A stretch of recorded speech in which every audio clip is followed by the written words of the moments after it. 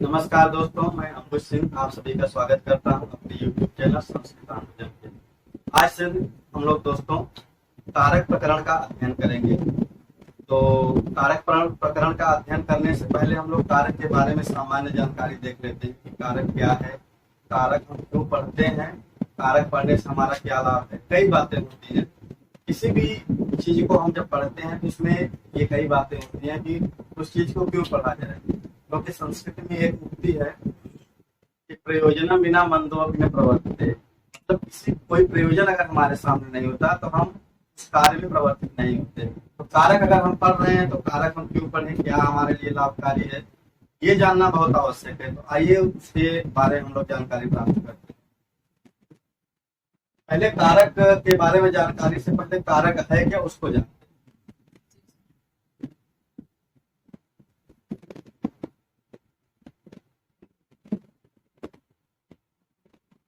कारक शब्द की व्युत्पत्ति की बात करें तो कारक क्रिय धातु से डबल प्रत्यय लग के बनता है। क्रिय धातु से डबल प्रत्यय लग के कारक शब्द निष्पन्न होता है। इसकी छोटी सी प्रक्रिया है, उसको हम लोग देख लेते हैं। डबल प्रत्यय जो है वो कृदंत में आप लोग पढ़ेंगे। डबल त्रिचा एक सूत्र है जिसमें कारक और कर्ता शब्द की सिद्धि होगी। तो क्रिय धातु है प्लस प्लस यहाँ पे र और ल का इत संज्ञा होकर लोप हो जाता है। तो आप लोग जब आगे बढ़ेंगे तो वहां मिलेगा र और ल का इत संज्ञा होकर लोप हो जाता है, बचता है वो का एक सूत्र है आपको युवोर ना कहो। इससे यू और वो को अन और अक आदेश हो जाता है। यू को अक आदेश होके प्लस अक,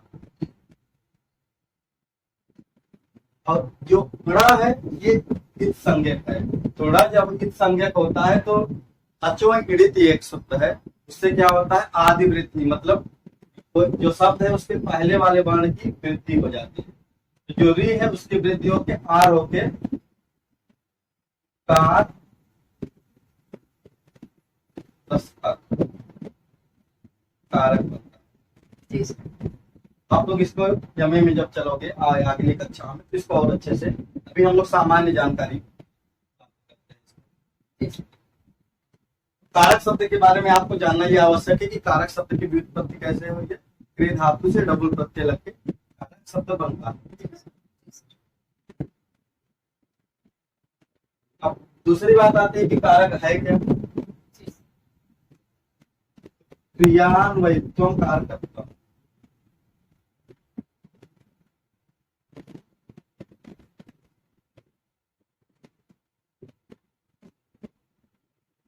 कई परिभाषाएं हैं लेकिन इस परिभाषा को हम समझते हैं। क्रिया के साथ जिसका साक्षात अन्वय होता है, अन्वय मतलब होता है संबंध। क्रिया के साथ जब किसी चीज का साक्षात मतलब सीधा जब संबंध होता है तो उसको हम कारक कहते हैं। जैसे एक उदाहरण देखते हैं, राम तक जाता है, ठीक है। यहाँ पे राम करता है, जाना क्या है क्रिया है। तो कर्ता का क्रिया के साथ इसका क्रिया के साथ सीधा संबंध है, राम जा रहा है, ठीक है। तो यही जब इसका क्रिया के साथ जब किसी चीज का सीधा संबंध हो जाता है उसको हम क्या कह देते हैं कारक। तो ये हो गया कारक। कारक के संबंध में एक बहुत बड़ा कंफ्यूजन बच्चों को रहता है, कारक 6 है या 7। जी सर। तो 6 है तो 6 क्यों है, 7 है तो 7।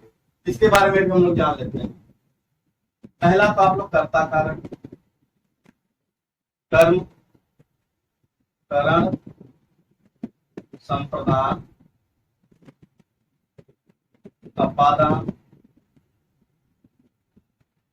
संबंध, अधिकरण,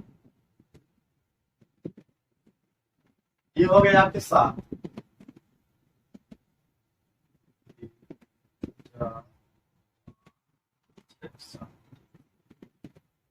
आपको कर्ता कर्म करण संप्रदान अपादान अधिकरण ये तो कारक संस्कृत वाले मानते हैं कि ये कारक के अंतर्गत आते हैं, ठीक है। लेकिन संबंध को कारक के अंतर्गत नहीं गिना जाता।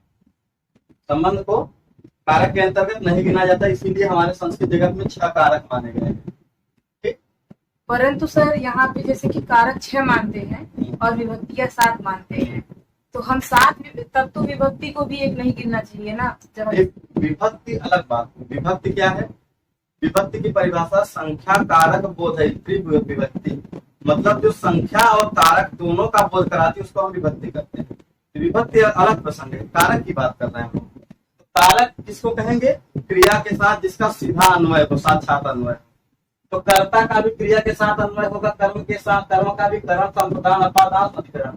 संबंध का नहीं होगा, उसको हम समझते हैं क्यों नहीं होता है, क्या टेक्निकलिटी है कि हम लोग संबंध को कारक के अंतर्गत नहीं गिनते हैं, उसको हम लोग समझते। विभक्ति के बारे में भी चर्चा होगी, परेशान होगी। देखिए, जैसे राम का पुत्र लग जाता है, ठीक है। यहाँ पे जाना क्या है? क्रिया है यहाँ पे आपकी, ठीक है। जाना क्या है? क्रिया। राम क्या है? कर्ता। करता। राम भी करता नहीं है यहाँ पे, ये इसको हम लोग समझते हैं घर आपका हो गया कर्ता। जाने की जो क्रिया हो रही है वो किसके द्वारा हो रही है? पुत्र के द्वारा। पुत्र के द्वारा। तो पुत्र क्या है यहाँ पे? कर्ता। कर्ता हो गया, ठीक। और राम का पुत्र, पुत्र के साथ संबंध किसका है? राम का। तो राम क्या हो गया? संबंध कारक, ठीक। तो राम का क्रिया के साथ साक्षात संबंध है कि नहीं? पुत्र का क्रिया के साथ साक्षात संबंध है सीधा, लेकिन राम का सीधा संबंध नहीं दिख रहा है, क्योंकि राम का पुत्र घर जाता है तो इसमें राम का पुत्र, तो राम सिर्फ पुत्र को डिनोट कर रहा है, लेकिन जाने की क्रिया पुत्र के द्वारा की जा रही है। तो हम लोग कर्ता की कारक की परिभाषा में क्या पढ़े थे? कर्ता हो क्रिया के साथ जिसका सीधा, क्रिया के साथ जिसका सीधा संबंध होता है, ठीक है। सीधा संबंध होता है उसको हम क्या कहते हैं? कारक। तो यहाँ पे जो राम है इसका क्रिया के साथ सीधा संबंध नहीं है, नहीं है ना? क्रिया के साथ सीधा संबंध, पुत्र का क्रिया के साथ सीधा संबंध है। तो राम का चूंकि क्रिया के साथ संबंध नहीं है और चूंकि ये संबंध कारक है, संबंध कारक की आप लोग पढ़े हो ना? जी। संबंध कारक है, इसलिए संबंध को कारक के अंतर्गत नहीं रखते, ठीक है। क्योंकि क्रिया की जो कारक की जो परिभाषा है वो कहती है कि क्रिया के साथ जिसका साक्षात संबंध होता है उसको हम कारक कहते हैं, लेकिन संबंध में क्रिया के साथ साक्षात संबंध नहीं होता, इसलिए उसको हम लोग कारक नहीं कहते। ये बात स्पष्ट हुई? जी सर। स्पष्ट नहीं हुई? अभी हम एक उदाहरण से आपको पूछते हैं। कारक समझ में आ गया ना? क्रिया के साथ जिसका सीधा संबंध होता है, ठीक है।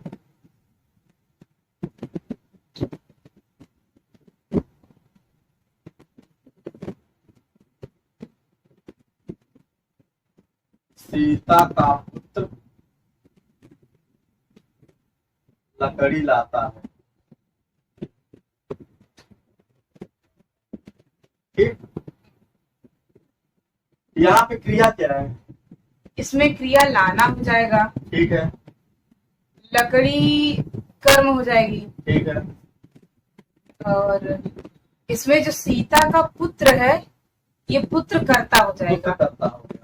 सीता के साथ पुत्र का संबंध है, इसलिए सीता संबंध कारक हो गई। सीता संबंध कारक हो गई, ठीक। जी सर। संबंध कारक हो गई, यही हम लोग कमी करते। संबंध कारक नहीं होता है, संबंध कारक के अंतर्गत नहीं गिना जाता, इसीलिए हमारे संस्कृत जगत में 6 कारक हैं। संबंध कारक इसलिए नहीं रहता क्योंकि इसका सीधा संबंध क्रिया के साथ नहीं होता है। सीता का लाने के साथ कोई संबंध नहीं है, सीता का सिर्फ पुत्र के साथ संबंध है, इसलिए इसको हम लोग कारक के अंतर्गत नहीं गिनते। कारक के अंतर्गत न गिनने की एक बात यह है कि कारक की जो परिभाषा है उस पर खरा नहीं उतरता है, इसीलिए हम लोग इसको कारक के अंतर्गत नहीं है। इसलिए आज से आप लोगों को कंफ्यूजन नहीं होना चाहिए। हमारे संस्कृत जगत में 6 ही कारक हैं: कर्ता, कर्म, करण, संप्रदान, अपादान, अधिकरण। संबंध कारक नहीं रहेगा, ठीक। ये बात स्पष्ट हो गई। जी सर।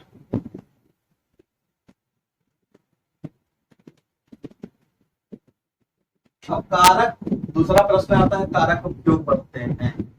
कारक पढ़ने का कोई प्रयोजन होगा, ऐसे तो कोई खाली कोई चीज पढ़ता नहीं है, तो कारक पढ़ने का प्रयोजन हम लोग। 3 प्रकार की विधियां मानी गई हैं, ठीक है। वर्ण विधि, पद विधि और वाक्य विधि, ठीक है। जी सर। वर्ण विधि का मतलब है कि जहां ऐसी विधि मतलब होता है नियम या कानून, तो ऐसी विधियां जहां पे क्या कहते हैं कि दो वर्णों की बात की जाए, जहां पे हमेशा 2 वर्णों की बात की जाती है उसको हम लोग किसके अंतर्गत रखते हैं, वर्ण विधि के अंतर्गत। इसमें होती है संधि।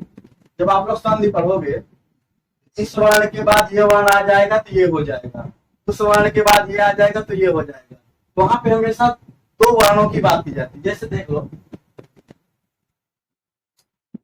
विद्या प्लस आलय, ठीक है। विद्या प्लस आलय में विद्या में बी और दया से कोई मतलब नहीं, इसमें सिर्फ आ से मतलब है, इसको इससे मतलब है आ से, और अगले वाले आ से मतलब है, ठीक है। तो जब सवर्ण रहता है तो अतः सवर्ण दीर्घ से दीर्घ संधि हो जाती है। यहाँ 2 वर्णों की बात हो रही है, तो संधि में हमेशा क्या होगी, 2 वर्णों की बात होगी। तो कोई पूछे संधि कौन सी विधि है, तो क्या कहेंगे, वर्ण विधि, क्योंकि वहां पे वर्णों की बात हमेशा की जाती है, ठीक है। अब आते हैं दूसरा पद विधि। पद विधि में हम लोग पढ़ते हैं समास। समास, अब समास क्या है, पद विधि मतलब, अब वर्ण मतलब 2 वर्णों की बात होगी, तो पद विधि में क्या होगा, 2 पदों की बात होगी, ठीक है। समर्थ पद, दोनों पद कैसे होने चाहिए, समर्थ, ठीक है, उनके कुछ सार्थक अर्थ होने चाहिए। जैसे माता च पिता च, 2 पद हो गए, माता एक पद हो गया, दूसरा पद पिता हो गया, इसका समास बन के क्या बनता है, पितरव, ठीक है, पितरव बनता है ना। तो ये क्या होता है, 2 पदों के मेल से जब कोई शब्द, नया शब्द उत्पन्न होता है तो उसको हम लोग पद विधि के अंतर्गत करते हैं, वो समास में हम लोग उसका अध्ययन करते हैं, ठीक है। तो वो समास होते हैं। समास हम क्यों पढ़ते जानते हो? नहीं सर।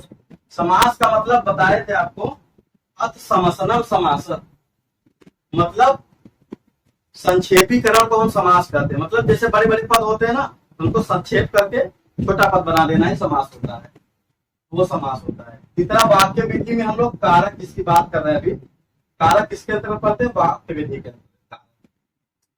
अब ये वाक्य विधि क्या है, राम घर जाता है, राम खाता है, राम पीता है, ये सारी बातें कहाँ पढ़ेंगे हम लोग, कारक में।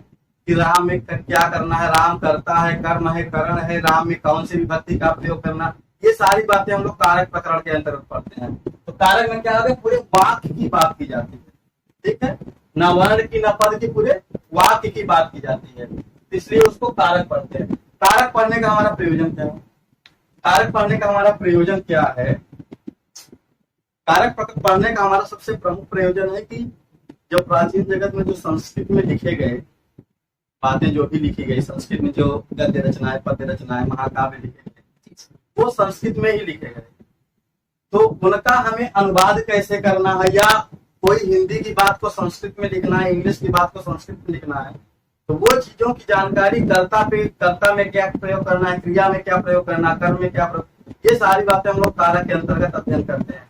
कर्ता है क्या, कर्म क्या है, करण क्या है, संप्रदान क्या है, ये सारी बातें जानेंगे तब जाके हम लोग अच्छा अनुवाद मतलब कि सही अनुवाद कर पाएंगे। इसलिए इन सब की जानकारी के लिए हम लोग कारक का अध्ययन करते हैं। तो कारक के अध्ययन का यही प्रयोजन है, ठीक है। बाकी बातें और चर्चा होती रहेगी, ये मूलभूत छोटी छोटी बातें हो गई कारक संबंध। अब एक बात और बताते, ये आपको समझ में आ गया ना, संधि समास कारक। जी सर।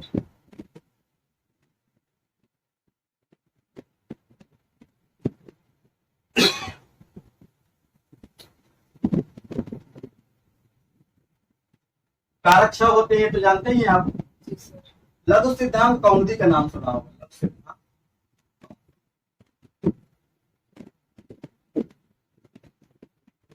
सुना है? जी सर।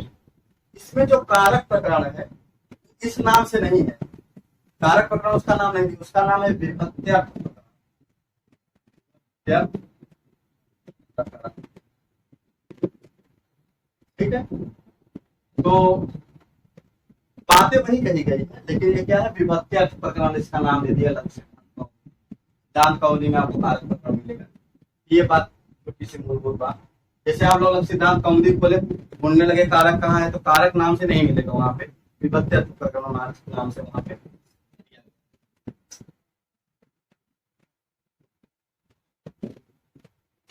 अब कारक के संबंध में छोटी सी बात हो गई।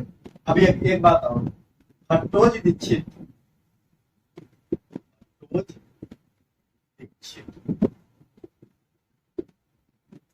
भट्टोजी दीक्षित ने लिखी एक ग्रंथ की रचना की, वैयाकरण सिद्धांत कौमुदी। वैयाकरण, जिसको हम शॉर्ट में क्या कहते हैं, सिद्धांत कौमुदी।